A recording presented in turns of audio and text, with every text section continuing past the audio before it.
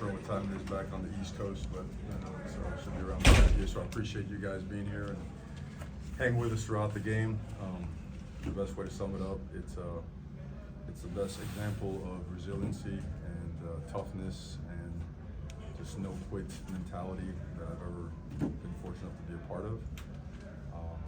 The game was 35-10 at one point, and all that you saw was guys saying, "We're gonna do this, because we can do it," and they did. And just kept clawing and scratching. The defense started, holding up, getting us the ball back, and well, you guys saw the rest. So I'll just go right to questions.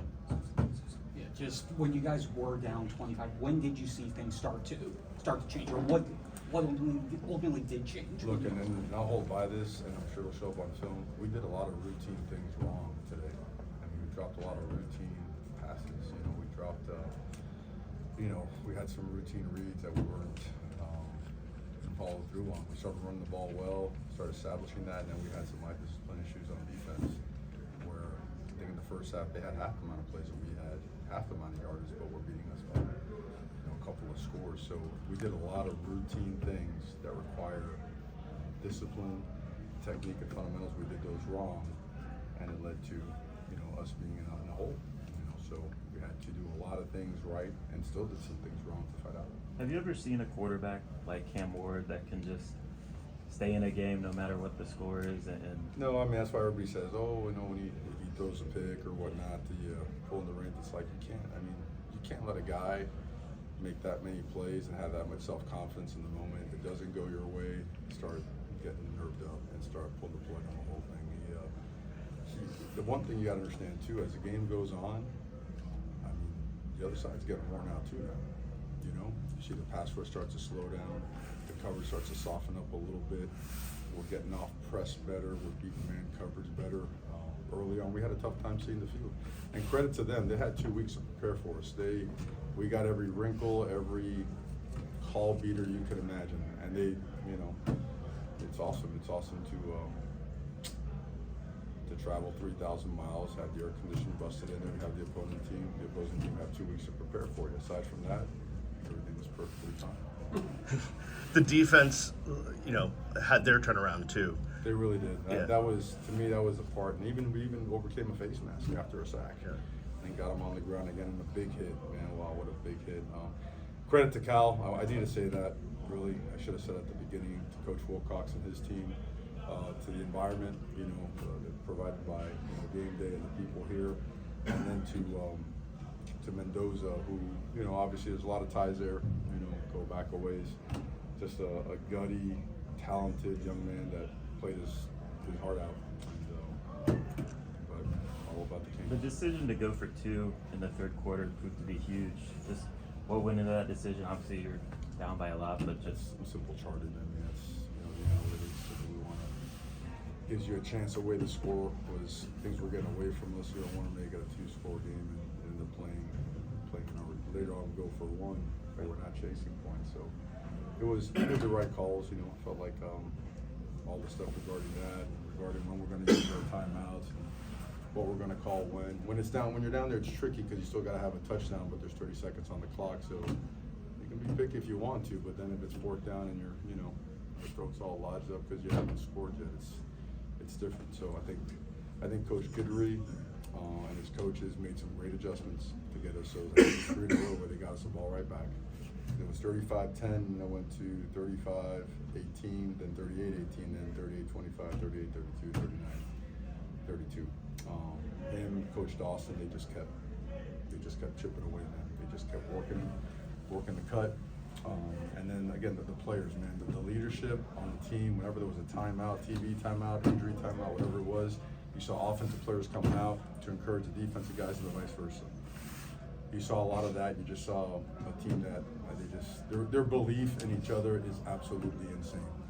Because I don't think I'd be curious to see how many people turned off their team and moved on. So good for them.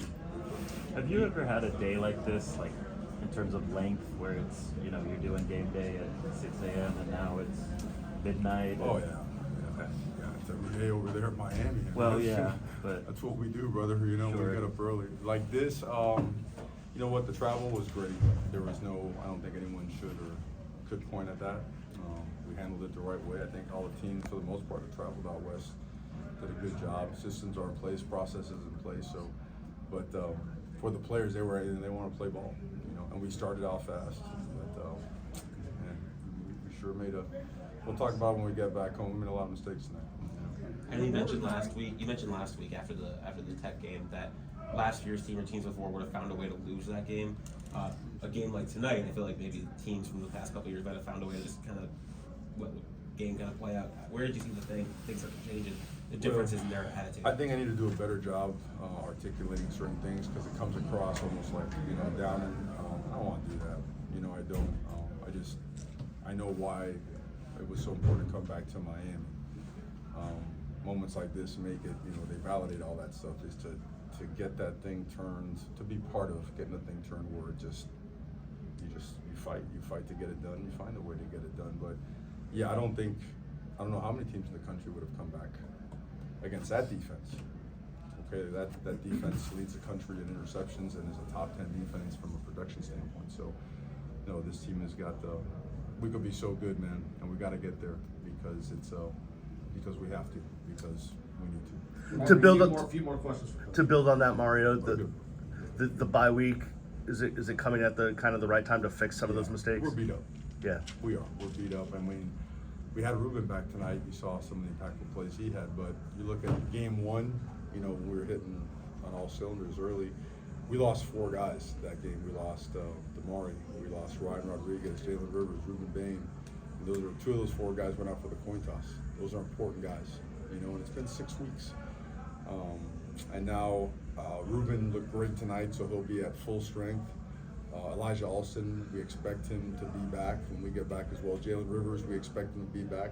Damar's going to take a little bit longer. And then 2 things that have to be done. Number 1, we've got to get our guys healed up and rested and recovered, while at the same time, you know, polishing technique and fundamentals and diving deep into self-scout.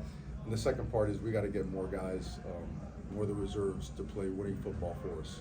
We've got to continue the process and the push for development so that guys can get, when they have meaningful snaps, that they're not just kind of eating up space, you know, that they're actually out there performing their job at a high level and making plays.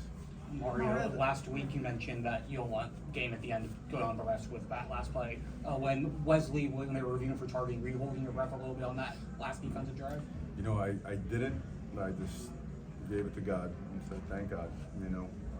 So that's the way it should be. What was the conversation with Cam? You guys were talking on the sideline after the interception. What were you able to say to him in that situation? Well, we can't talk about that in there. You know, we can't say, no, Cam's a dog, man. He's a dude. It's one of those, I mean, in his eyes, he was 1,000% convinced that he was going to get it done. And people say, oh, I just say that because the game was, no. That dude all week long knew that this game was going to be a challenge because what they do coverage-wise. He had a look in his eye that was just like, okay, this guy's he's gonna rip it. And when he threw that pick, you know, that they ran back, it got dialed up. It turned up even more. So, you know, I've said it a million times. Complete and utter faith in that guy and everything he represents and stands for. Mario, on the 4th down, there were some integral 4th down plays, and the one where the other team went for it, and then you called timeout, and then they came back and got it. They were trying to sneak it, and we wanted to use a timeout to try to get the ball, and in their territory, that we could stop it. You know, they run a sneak or they run, you know, the slice play, which they ran, and we lost the eyes for it. And then on our side, it was a long one. It was about 1.5, and I just felt like, man, you know, we run the ball well. Been leaning on these guys. Arroyo's a dangerous guy to cover, so is Riley.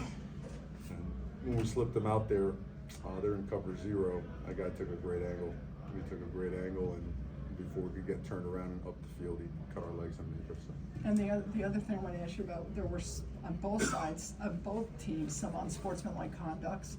I know you can't stand those, understandably, but what is that? Just the tenseness of the situation, or what happened there? I mean, some of it is complete and utter BS. We haven't solve some of that with certain guys, so it'll have to take another step. But and then some of it, it's like, come on, they're playing ball. Like these are, you know, we play a sport where we're asked to smash ourselves into each other for 3-4 hours a day, and then like be absolutely perfect outside of that time. Like, who are we kidding, right? It's football, so just loved. I love the physicality of the defensive line. I thought those guys really, you know, like the run that broke, you know, was one that was more of a bounce/wrap play. Aside from that, their inside run had a tough time going. Their outside game, pure outside run game, had a tough time going. Their counter power game had a tough time. They hit us with the Wildcat, and I know that. But overall, proud of the D line. Yeah, we asked a lot of the offensive line. We threw the ball how many times? 53, I think. 53.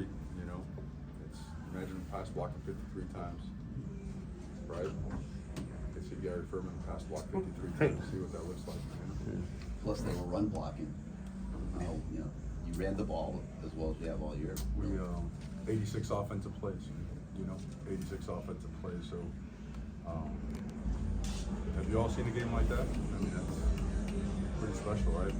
Pretty different. You know, everybody had their turn, and guys made a lot of plays. Man, Xavier Restrepo, my lord, incredible player. Special teams did a great job getting them on the ground and almost knocking out a return as well. The red zone, we were really, really good. You know, so and you know what we did?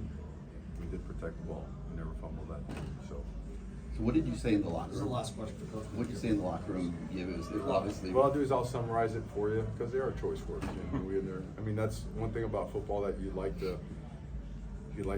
always want to be open with media, but you don't want people to be intrusive where you can't be you, and you can't let out the raw emotion and passion that is necessary sometimes to take someone to the edge and go yourself and take your team to the edge. And this team is, when this team gets on edge, it's really, really good. And the edge was lost in the form of discipline, technique, and fundamentals. I'm talking about routine plays. You're going to see a ton of routine plays on tape that, man, come on, Miami, you make those. You make those, and you made them all year long. So we made them when they counted, and won it out. Thank you, Coach. Thanks. Thank you.